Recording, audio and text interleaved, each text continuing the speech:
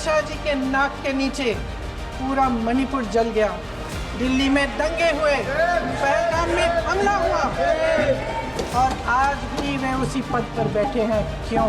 ये कहते हैं कि पाकिस्तानी नहीं थे, कैसे इनके आका मारे गए, वो भी नाम के साथ बताता हूँ, जगह के साथ बताता हूँ, घंटे, मिनट और सेकंड के साथ बताता हूँ। 26 बेटे, पति, पिता गुजर गए, उनमें से 25 भारतीय थे। आप कितनी भी ऑपरेशन कर डालें, आप इस सच्चाई के पीछे छुप नहीं सकते, इसे नकार नहीं सकते। आपने उनको सुरक्षित नहीं किया। आपके पास लड़ने की पॉलिटिकल विल है ही नहीं, कि आप लड़ना ही नहीं चाहते हो। आतंकवादी मारे गए, आपको इसका भी आनंद नहीं है। लाशें उठाते उठाते हम थक गए हैं। हमारे सबसे बेहतरीन एयरक्राफ्ट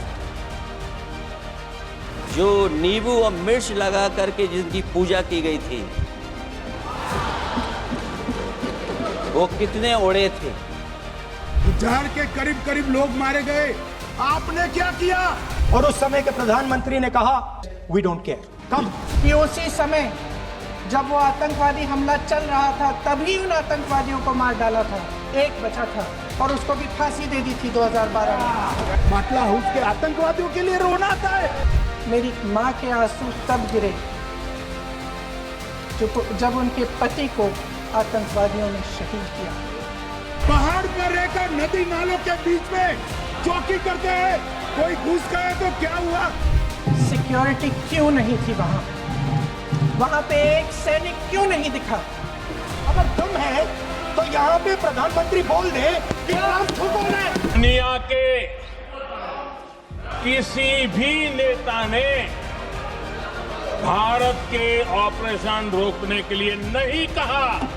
वो मारेंगे तो फिर हम मारेंगे, फिर वो मारेंगे, फिर हम मारेंगे। वो 2 मारेंगे, हम 10 मारेंगे। वो 26 मारेंगे, हम 100 मारेंगे। पूरी होगा, बालाकोट होगा, पुलवामा होगा, उसके बाद और कोई अटैक होगा, फिर पहलगाम होगा, फिर ऑपरेशन सिंदूर होगा। सिलसिला चलता रहेगा, जान जाती रहेगी। 25 जुलाई 2025, 22 अप्रैल को पहलगाम में हुए आतंकी हमले को 98 दिन बीत चुके हैं। इन 98 दिनों में बहुत कुछ हुआ। बैठकें हुई, फैसले लिए गए, पानी बंद हुआ, लोग वापस भेजे गए, ऑपरेशन सिंदूर हुआ, गोली, बम, मिसाइल चले, सब कुछ हो गया। लेकिन एक सवाल था जो हर भारतवासी के मन को कचोट रहा था कि जिन आतंकियों ने दिन दिहाड़े बैसरन घाटी में निहत्थे पर्यटकों पर गोलियां बरसाई, वो कहां है? वो कहां से आए और कहां चले गए? देश की सुरक्षा एजेंसियां क्या कर रही हैं? किसने उनको पनाह दी? किसने मदद की? 98 दिनों से इस सवाल का जवाब तलाशा जा रहा था, जो आज मिला। लेकिन अभी भी बहुत सारे सवाल हैं जिनके जवाब मिलने बाकी हैं, जिस पर देश की सबसे बड़ी पंचायत में बहस चल रही है। ऑपरेशन सिंदूर और पहलगाम हमले पर आज चर्चा का दूसरा दिन था। गृह मंत्री ने इतिहास की बात की तो अखिलेश यादव ने भूगोल पर सवाल पूछा। सत्ता पक्ष ने सोनिया गांधी के आंसुओं पर सवाल उठाए तो प्रियंका गांधी ने पलटवार किया। पहलगाम में मारे गए लोगों का नाम भी पढ़ा गया और सदस्यों के बीच इस पर टकराव भी हुआ कि वे हिंदू हैं या भारतीय। सदन में आपके नेताओं ने जो कुछ किया उसका पूरा हिसाब किताब लेकर आए हैं हम आपके पास। नमस्कार, मैं हूं भूपेंद्र सोनी और आप देख रहे हैं हमारा शो पार्लियामेंट लिस्ट। लोकसभा में आज गृह मंत्री अमित शाह ने उस सवाल का जवाब दिया जो पिछले 98 दिन से लोगों के मन में था। पहलगाम के आतंकी कहां है? गृह मंत्री ने बताया कि 28 जुलाई को जम्मू कश्मीर में चले सुरक्षा बलों के एक संयुक्त ऑपरेशन महादेव में 3 आतंकियों को मार गिराया गया। माननीय अध्यक्ष जी, कल ऑपरेशन महादेव में सुलेमान उर्फे फैजल जट, अफगान और जिब्रान 3 आतंकवादी सेना, सीआरपीएफ और जम्मू कश्मीर पुलिस के संयुक्त अभियान में ऑपरेशन महादेव में मारे गए। और माननीय अध्यक्ष जी, ये जो सुलेमान है, ए श्रेणी का लश्कर तोयबा का कमांडर था। पहलगाम हमले में और गगनगिर आतंकी हमले में वो लिप्त था। इसके ढेर सारे सबूत हमारी एजेंसियों के पास है। अफगान ए श्रेणी का लश्कर ए तैयबा का आतंकवादी था और जिब्रान भी ए ग्रेड आतंकवादी था। और माननीय अध्यक्ष जी, मैं सदन को और सदन के माध्यम से पूरे देश को बताना चाहता हूं, जिन्होंने बेसरन घाटी में हमारे प्रवासियों को, नागरिकों को मारा था, ये तीनों आतंकवादी ये थे और तीनों मारे गए। अमित शाह ने बताया कि हमले के बाद से ही यह तय किया गया कि आतंकी सीमा पार ना करने पाएं। रास्ते ब्लॉक किए गए, उनके मददगारों को हिरासत में लिया गया। इन लोगों ने पहचान की है कि मारे गए आतंकी वही हैं जिन्होंने पहलगाम में आतंकी हमले को अंजाम दिया। इसके अलावा उनके पास से बरामद राइफल और पहलगाम आतंकी हमले के बाद मौके से बरामद कारतूस की बैलिस्टिक जांच की गई। विशेष विमान से हथियारों को रात में ही चंडीगढ़ लाया गया और ये कंफर्म हुआ कि ये वही राइफल है जिसका इस्तेमाल आतंकी हमले में किया गया था। इसी बीच अखिलेश यादव ने कहा कि आतंकियों के आका तो पाकिस्तान में है। इस पर गृह मंत्री और अखिलेश के बीच नोक-झोंक हो गई। अमित शाह ने कहा कि नाम, जगह, घंटा, मिनट, सेकंड के साथ बताता हूं कि कैसे इनके आका मारे गए। अखिलेश के साथ गृह मंत्री की बहस जारी रही। शाह बोले कि आतंकियों का धर्म देखकर दुखी मत होइए। मान्यवर, मैं बताता हूं कैसे इनके आका मारे गए, वो भी नाम के साथ बताता हूं, जगह के साथ बताता हूं, घंटे, मिनट और सेकंड के साथ बताता हूं। मान्यवर, मैं तो अपेक्षा करता था कि जब एक सूचना सुनेंगे पक्ष विपक्ष में खुशी की लहर दौड़ जाएगी, मगर ये स्याही पड़ गई इनके चेहरे। ये क्या है मान्यवर, किस तरह की पॉलिटिक्स? भाई आतंकवादी मारे गए, आपको इसका भी आनंद नहीं है?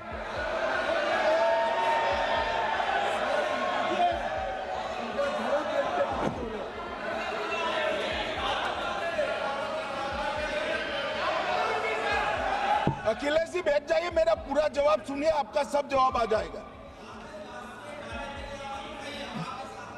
भाई आप आतंकवादियों का धर्म देखकर दुखी मत होइए। यह सवाल लगातार उठ रहा था कि आतंकी कैसे आए, आतंकियों को रोकना किसकी जिम्मेदारी है। अमित शाह ने माना कि यह उनकी जिम्मेदारी है, लेकिन जब वो सरकार में थे तब जो हुआ उसकी जिम्मेदारी किसकी थी।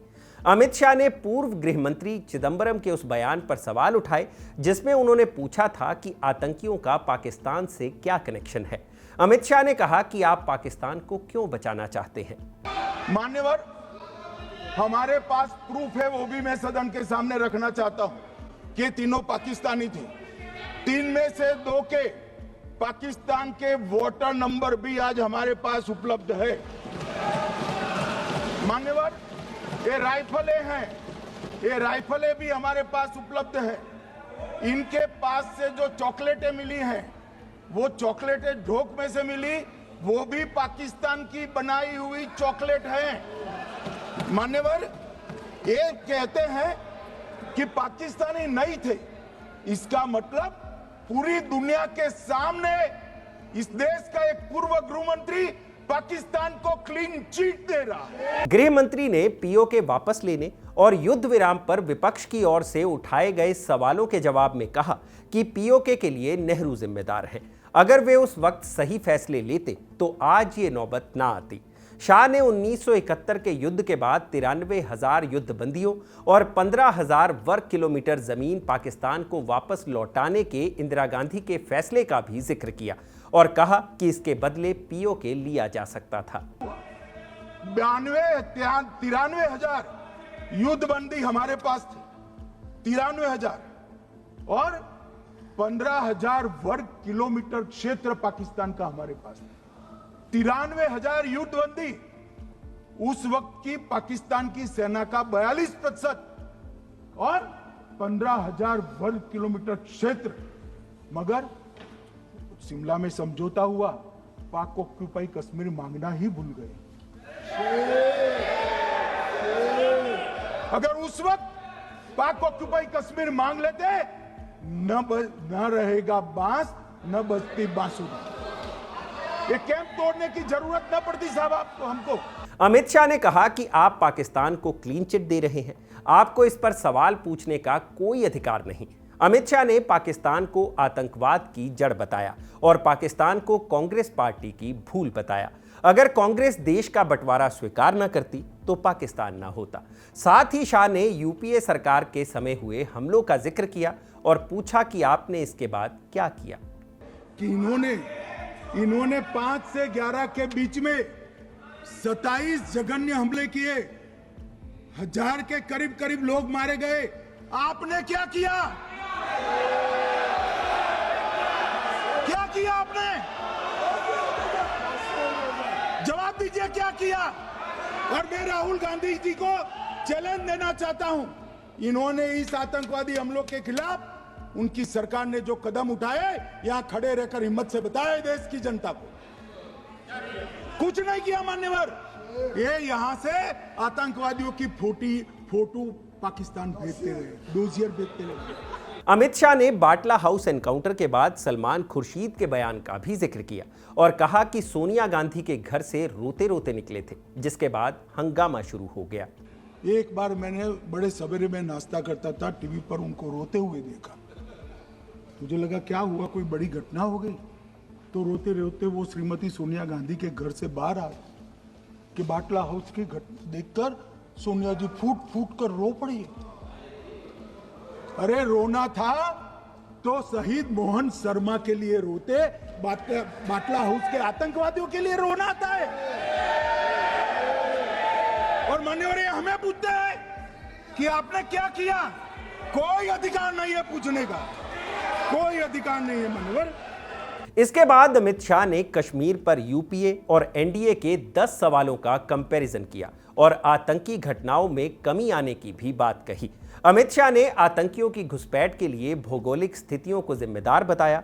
कहा कि नदी नाले हैं, -40 डिग्री टेम्परेचर है, लेकिन अगर कोई आ भी गया तो बचेगा नहीं।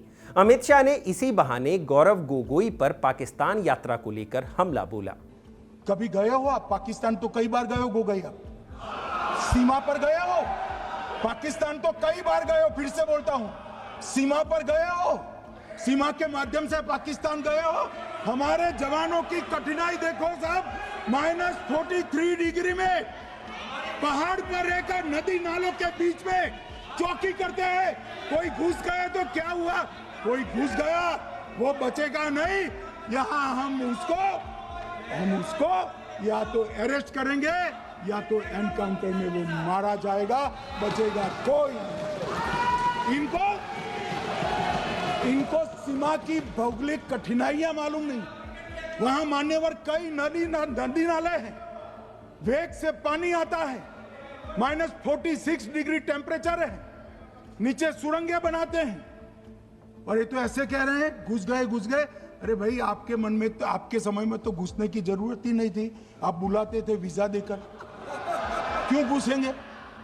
घुसने की जरूरत ही, जैसे आप पाकिस्तान जाते हो वैसे वो यहाँ आते। अमित शाह के बाद कन्नौज से सांसद और समाजवादी पार्टी के अध्यक्ष अखिलेश यादव बोलने उठे। उन्होंने सेना पर गर्व होने की बात कही। कहा कि जब ऑपरेशन चल रहा था तो हमें लगा कराची पर कब्जा हो जाएगा, लेकिन इनके मित्र ने सीज फायर का ऐलान कर दिया। कुछ लोग तो पीओके पर ये कह रहे थे कि हमारा कब्जा हो जाएगा, 6 महीने का केवल हमें मौका मिल जाए। ये अफसर सरकार आखिरकार पीछे कैसे हट गई और क्या कारण था कि सरकार को सीज फायर का ऐलान करना पड़ा?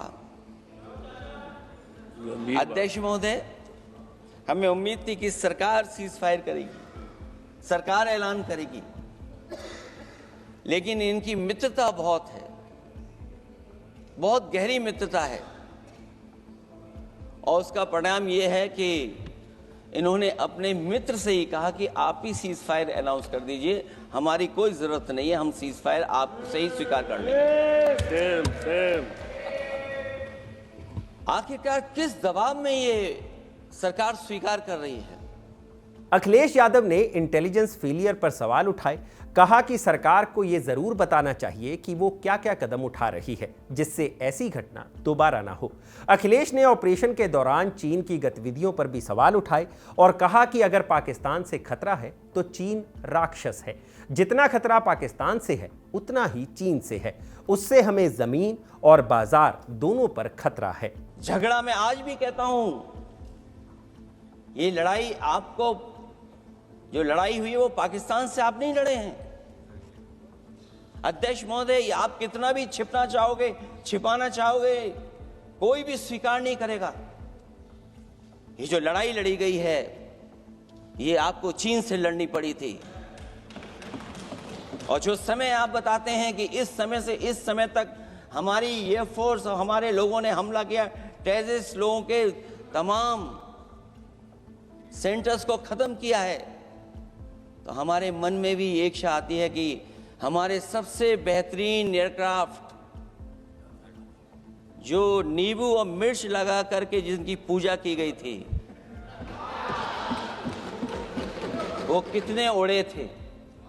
अखिलेश के बाद बोलने की बारी आई प्रियंका गांधी की। वायनाड से सांसद प्रियंका गांधी ने पूछा कि पहलगाम में हमला क्यों हुआ, कैसे हुआ, इसकी जिम्मेदारी क्यों नहीं तय की जा रही। हमने सारी बातें डिस्कस कर ली, इतिहास भूगोल सब याद कर लिया, लेकिन बैसरन घाटी में छुट्टियां मनाने गए लोगों की सुरक्षा की जिम्मेदारी किसकी थी, इस पर क्यों बात नहीं कर रहे। प्रियंका गांधी ने आतंकी हमले में मारे गए शुभम द्विवेदी की पत्नी के बयान को कोट करते हुए घटनास्थल पर सुरक्षा इंतजामों पर सवाल उठाए। पूछा कि वहां सुरक्षा के इंतजाम क्यों नहीं थे। शुभम की पत्नी ने कहा, कोट, मैंने अपनी दुनिया को खत्म होते हुए देखा। अपनी आंखों के सामने एक सिक्योरिटी गार्ड नहीं था।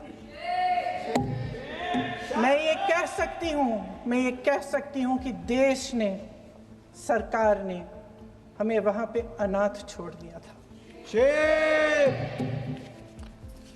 सिक्योरिटी क्यों नहीं थी वहां पे एक सैनिक क्यों नहीं दिखा? क्या सरकार को मालूम नहीं था कि यहां रोज 1000 से 1500 पर्यटक जाते हैं? क्या सरकार को मालूम नहीं था कि यहाँ के को पहुंचने के लिए जंगल के रास्ते से जाना पड़ता है? अगर कुछ हो जाएगा तो लोग वहां से निकल नहीं पाएंगे। एक चिकित्सा का इंतजाम नहीं था, फर्स्ट एड का इंतजाम नहीं था, कोई इंतजाम नहीं था, ना सुरक्षा का ना फर्स्ट एड का। इन लोगों को भगवान भरोसे छोड़ दिया गया। ये लोग वहां पे इस सरकार के भरोसे गए और इस सरकार ने उन्हें भगवान भरोसे। प्रियंका ने केंद्रीय मंत्रियों द्वारा यूपीए सरकार के दौरान हुई घटनाओं का जिक्र करने पर कहा कि इतिहास की बात आप करिए, हम वर्तमान की बात करेंगे। उन्होंने कहा कि हमारी जवाबदेही थी, इस्तीफे हुए। देखिए, इतिहास की बात आप करिए, मैं वर्तमान की बात करना चाहती हूँ। आपको तो एक बहाना चाहिए, पूरे परिवार का नाम गिनवा देते हैं। अरे अपनी जिम्मेदारी खुद लीजिए। 2008 के मुंबई के हमलों का जिक्र किया, बार बार कहा कि मनमोहन सिंह जी की सरकार ने कुछ नहीं किया। ये तो जानकारी होगी ना कि उसी समय जब वो आतंकवादी हमला चल रहा था तभी उन आतंकवादियों को मार डाला था, एक बचा था और उसको भी फांसी दे दी थी 2012 में।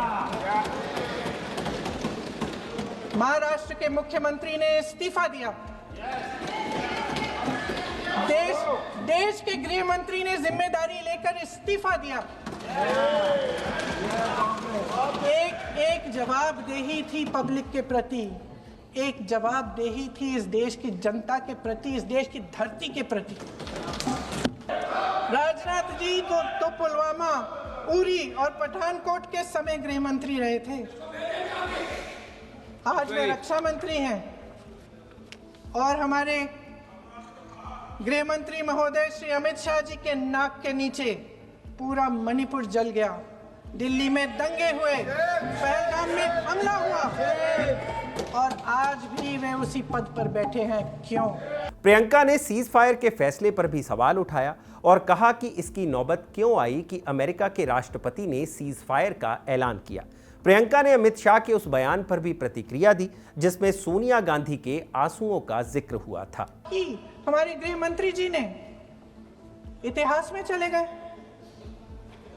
नेहरू ने क्या किया, इंदिरा गांधी ने क्या किया, यहां तक कि मेरी मां के आंसुओं तक चले गए, लेकिन इस सवाल का जवाब नहीं दिया कि ये सीज फायर हुआ क्यों, ये जंग रुका क्यों, और तब क्यों रुका जब दुश्मन के पास कोई चारा नहीं था हमारी श्रेय में आने के बजाय। मेरी मां के आंसू तब गिरे जब उनके पति को आतंकवादियों ने शहीद किया, जब वे मात्र 44 साल की थी। और आज अगर मैं इस सदन में खड़ी हूं और उन 26 लोगों की बात कर रही हूं, मैं इसलिए कर रही हूं क्योंकि मैं उनका दर्द जानती हूं, महसूस करती हूं। प्रियंका ने कहा कि अगर ऑपरेशन के दौरान हमारा नुकसान नहीं हुआ है तो साफ साफ कह दीजिए, किस बात का डर है। आखिर में प्रियंका ने कहा कि बैसरन में जो 25 भारतीय मारे गए, आपने उनकी सुरक्षा के लिए कुछ नहीं किया।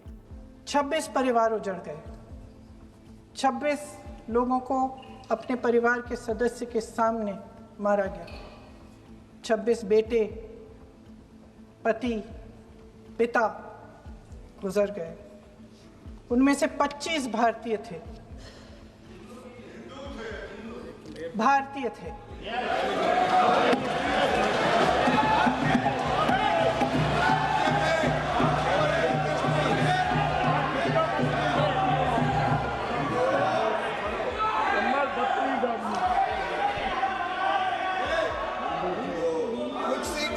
जितने भी लोग बैसारन वैली में थे और जो 25 भारतीय मारे गए, उनके लिए कोई सुरक्षा नहीं थी, कोई सुरक्षा नहीं थी। आप कितने भी ऑपरेशन कर डालें, आप इस सच्चाई के पीछे छुप नहीं सकते, इसे नकार नहीं सकते।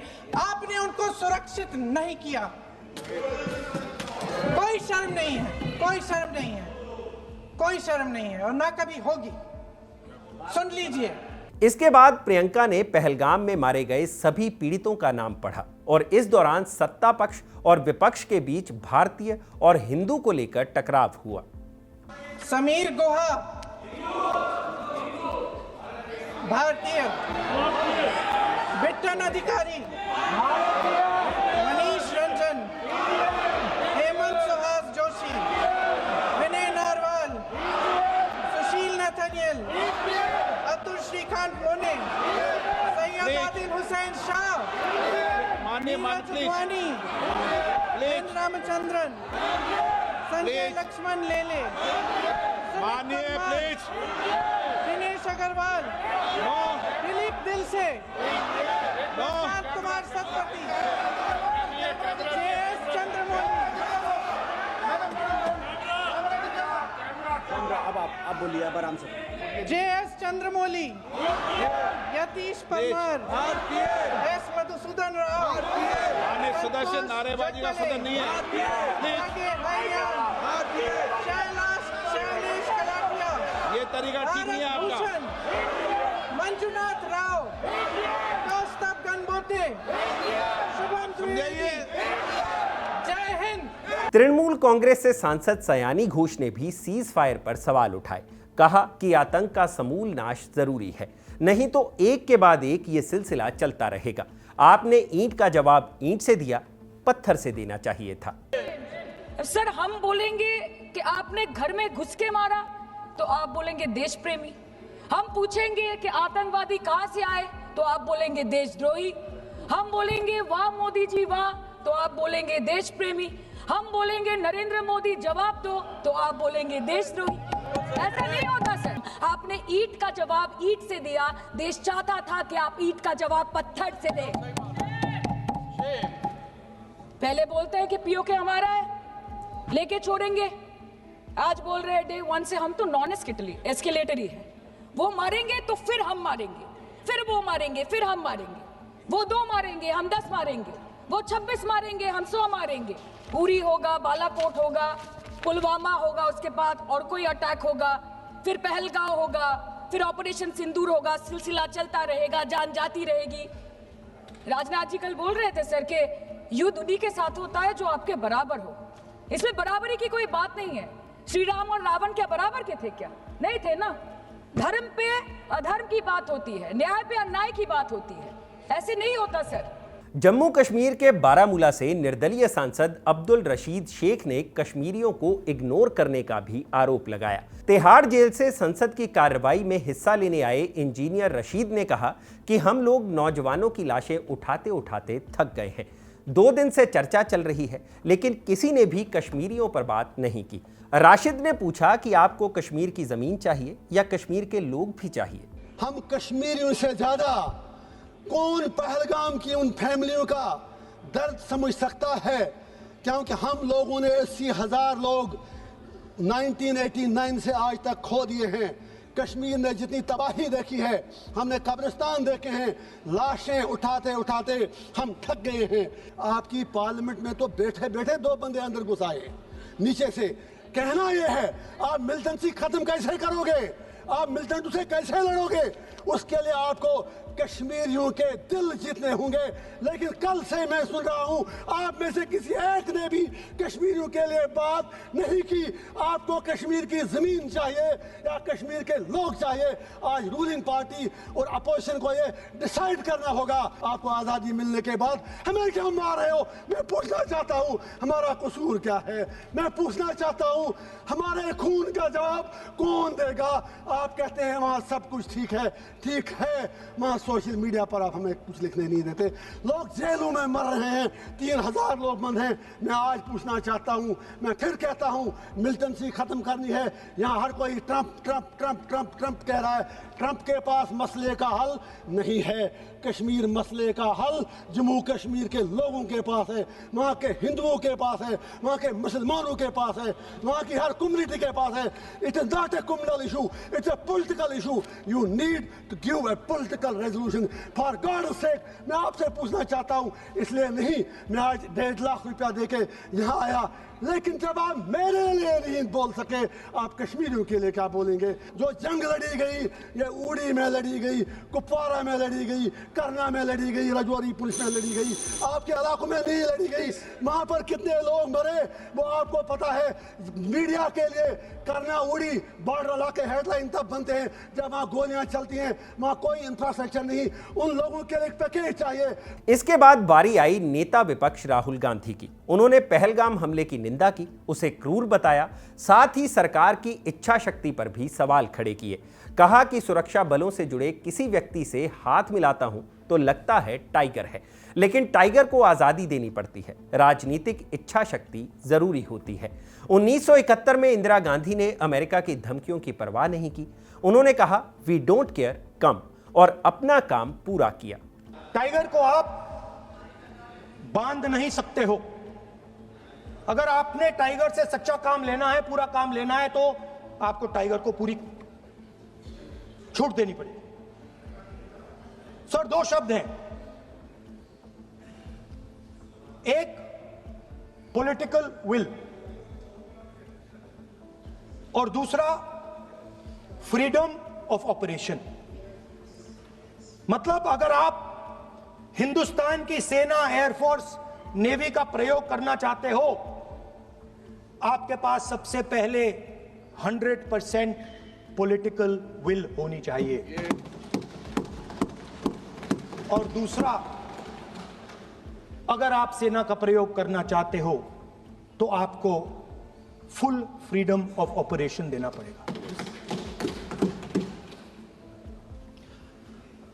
राजनाथ सिंह जी ने अपने भाषण में कल 1971 और सिंदूर का कंपैरिजन किया, और मैं उनको याद दिलाना चाहता हूं, 1971 में पॉलिटिकल विल थी। इंडियन ओशन में 7th फ्लीट आ रही थी, हिंदुस्तान की ओर आ रही थी, और उस समय के प्रधानमंत्री ने कहा हमें जो बांग्लादेश में करना है हम करेंगे, आप आ जाओ, जितना आना है आ जाओ, हम करेंगे।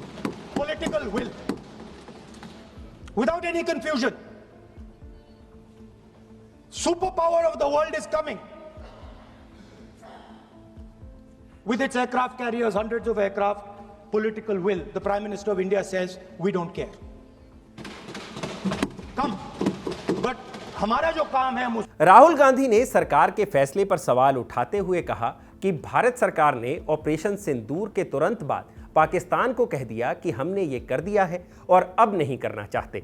हम आपके मिलिट्री बेस को टारगेट नहीं करना चाहते। हमने पाकिस्तान को पूरा प्लान बता दिया। दो लोगों के बीच में लड़ाई हो रही है, दो लोगों के बीच में लड़ाई हो रही है।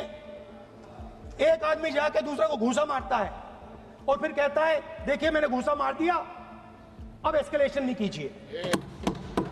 मतलब आपने पाकिस्तान को डायरेक्टली अपनी पॉलिटिकल विल बता दी कि आपके पास लड़ने की पॉलिटिकल विल है ही नहीं, कि आप लड़ना ही नहीं चाहते हो। और ये डिफेंस मिनिस्टर ने कहा है कि हमने, डिफेंस मिनिस्टर यहां हाउस में कह रहे कि हमने पाकिस्तान से जाके कहा कि हमने आपको एक झापड़ मारा है, मगर हम आपको और झापड़ नहीं मारेंगे। हम एस्केलेशन नहीं चाहते हैं, आप रिस्पॉन्ड नहीं कीजिए और हम मिलिट्री टारगेट नहीं मारेंगे। Meaning the government of India informed the government of Pakistan that we have no political will, we don't want to fight, we have done this, we have just done this action. Surrender, immediate surrender in 30 minutes. Rahul Gandhi ने कहा कि सरकार ने सेना के हाथ पांव बांध दिए, फैसले लेने की स्वतंत्रता नहीं दी। उन्होंने सैन्य अफसरों के बयानों को कोट करते हुए कहा कि सेना को नुकसान हुआ क्योंकि राजनीतिक फैसलों की वजह से सेना को एक्शन की पूरी आज़ादी नहीं मिली। आपने उन्हें पाकिस्तान के मिलिट्री बेसिस पर अटैक नहीं करने दिया, यानी कि आपने हमारे एयरफोर्स के पायलट्स को वहां अटैक करने के लिए भेज दिया और कहा कि आप उनके एयरफोर्स का जवाबी हमला भी झेलो लेकिन उन पर अटैक मत करो। इसी वजह से हमें नुकसान हुआ, जो सैन्य अफसरों ने भी माना। सीडीएस अनिल चौहान के बयान को कोट करते हुए राहुल गांधी ने कहा कि जरूरी ये नहीं कि जेट गिरे, सवाल ये है कि गिरे क्यों। इन्होंने बोला पब्लिकली हाउस में कि भैया हम आपके जो मिलिट्री इंफ्रास्ट्रक्चर है, आपके एयर डिफेंस सिस्टम को हम नहीं अटैक करेंगे, और दूसरे साइड से आप हमारे पायलट भेज रहे हो, क्या होगा? हवाई जहाज गिरेंगे, right? So the point is aircraft were lost, as this gentleman Shiv Kumar says, they were lost because of the constraint given by the political leadership to not attack the military and air defense infrastructure of the Pakistan. मतलब आपने शुरू किया और शुरुआत में ही आपने उनको कह दिया कि भैया हमारे पास ना पॉलिटिकल विल है और ना हम आपके मिलिट्री इंफ्रास्ट्रक्चर पर अटैक करेंगे, और फिर आपने हमारे पायलट से कहा जाके लड़ाई करिए, और नतीजा सारों को मालूम है। आप जवाब नहीं देना चाहते हो मगर नतीजा सारों को मालूम है। अनिल चौहान जी कहते हैं what was important was not the jet being down, but why they were being down. मतलब वो कह रहे हैं कि सवाल, जरूरी सवाल ये है कि जेट गिरे क्यों। वो कह रहे गिरे तो ठीक है मगर सवाल, जरूरी सवाल है गिरे क्यों। राहुल गांधी ने कहा कि सेना ने कोई गलती नहीं की, वे बहादुरी से लड़े लेकिन राजनीतिक नेतृत्व ने उनके हाथ पैर बांध दिए। राहुल ने भी सीज फायर पर सवाल उठाए और कहा कि प्रधानमंत्री यहां कह दें कि ट्रंप झूठ बोल रहे हैं। 29 बार उन्होंने बोला कि भैया मैंने सीज फायर करवाया है। अच्छा, अगर वो झूठ बोल रहे हैं तो अपने भाषण में यहां प्रधानमंत्री कह दें कि वो झूठ बोल रहे हैं। यहां पे अगर दम है तो यहां पे प्रधानमंत्री बोल दे कि ट्रंप झूठ बोल रहे हैं।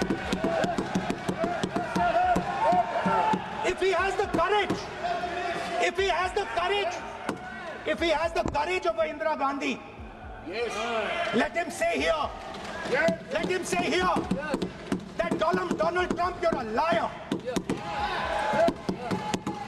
You did not make us ceasefire and that we did not lose any planes.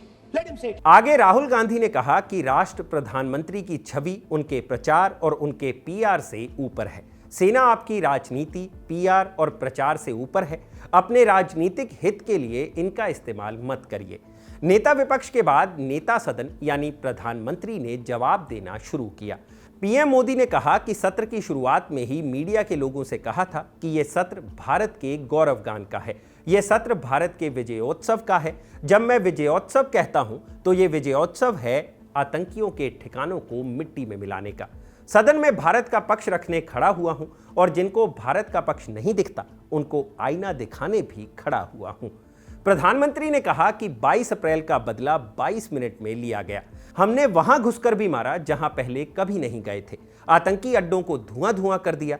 हमने पाकिस्तान के सीने पर ऐसा दर दिया है कि आज भी उसके कई एयरपोर्ट्स आईसीयू में पड़े हुए हैं। अपनी तकनीकी क्षमता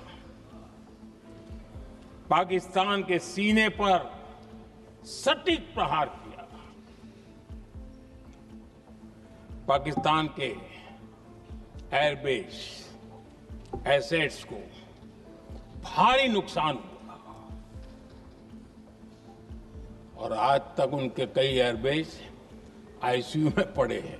प्रधानमंत्री ने कहा कि यह न्यू नॉर्मल है कि अगर भारत पर आतंकी हमला हुआ तो भारत आएगा और मार कर जाएगा। अब आतंक के आकाओं को हमले के बाद नींद नहीं आती। अगर भारत पर हमला हुआ तो हम अपनी शर्तों पर अपने तरीके से जवाब देकर रहेंगे। कोई भी न्यूक्लियर ब्लैकमेलिंग अब नहीं चलेगी। उन्होंने विपक्ष के सवालों को खारिज करते हुए कहा कि दुनिया भर के देशों का समर्थन ऑपरेशन सिंदूर को मिला। आदरणीय अध्यक्ष जी, ऑपरेशन सिंदूर से स्पष्ट होता है कि भारत ने 3 सूत्र तय किए हैं।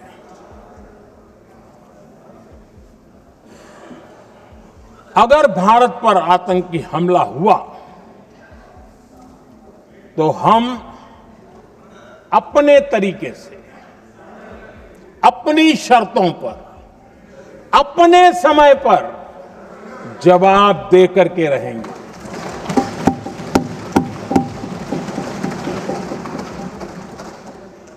दूसरा, कोई भी न्यूक्लियर ब्लैकमेल अब नहीं चलेगा।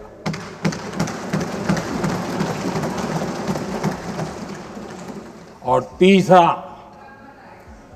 हम आतंकी सरपरस्त सरकार और आतंक के आकाओं उनको अलग अलग नहीं देखेंगे। और सबसे जरूरी सवाल, सीज फायर। प्रधानमंत्री इस पर भी आए। उन्होंने कहा कि सीज फायर किसी देश के दबाव में नहीं हुआ। दुनिया के किसी नेता ने उन्हें ऑपरेशन रोकने के लिए नहीं कहा।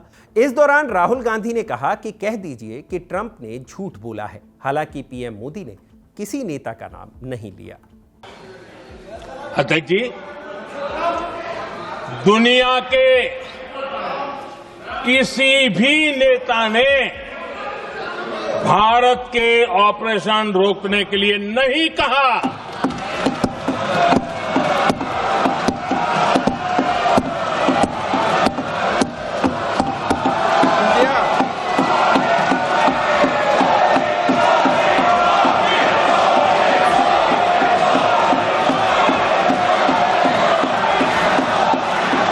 उसी दौरान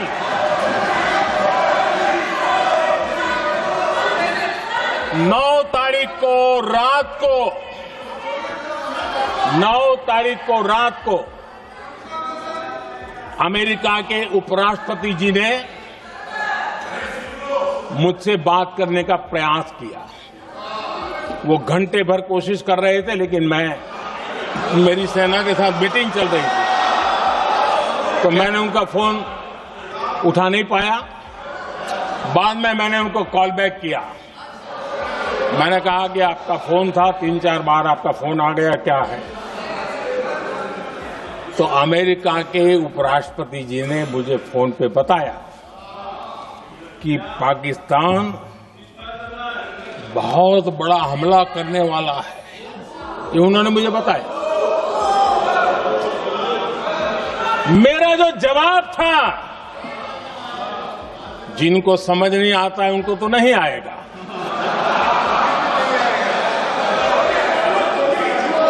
मेरा जवाब था, अगर पाकिस्तान का ये इरादा है तो उसे बहुत महंगा पड़ेगा। प्रधानमंत्री ने शशि थरूर के बहाने कांग्रेस पार्टी पर भी हमला बोला। उन्होंने कहा कि भारत का पक्ष दुनिया के सामने रखने पर कुछ नेताओं के बोलने पर ही बैन लगा दिया गया। लेकिन मुझे दुख इस बात का है, हैरानी भी है, जो खुद को कांग्रेस के बड़े नेता समझते हैं, उनके पेट में दर्द हो रहा है कि भारत का पक्ष दुनिया के सामने क्यों रखा गया। शायद कुछ नेताओं को सदन में बोलने पर भी पाबंदी लगा दी गई। प्रधानमंत्री के जवाब के बाद सदन की कार्रवाई स्थगित कर दी गई। लोकसभा में ऑपरेशन सिंदूर पर हुई चर्चा कितनी सार्थक रही, कितनी नई और जरूरी चीजें निकलकर सामने आई, आपने जिन्हें चुनकर भेजा है उन्हें आपकी कितनी चिंता है, आपकी सुरक्षा को लेकर, देश की सुरक्षा को लेकर यह चर्चा कितनी फ्रूटफुल रही, इसके बारे में अपनी राय हमें कमेंट बॉक्स में जरूर बताएं। पार्लियामेंट स्ट्रीट के इस एपिसोड में इतना ही। बने रहिए खबरगांव के साथ। शुक्रिया।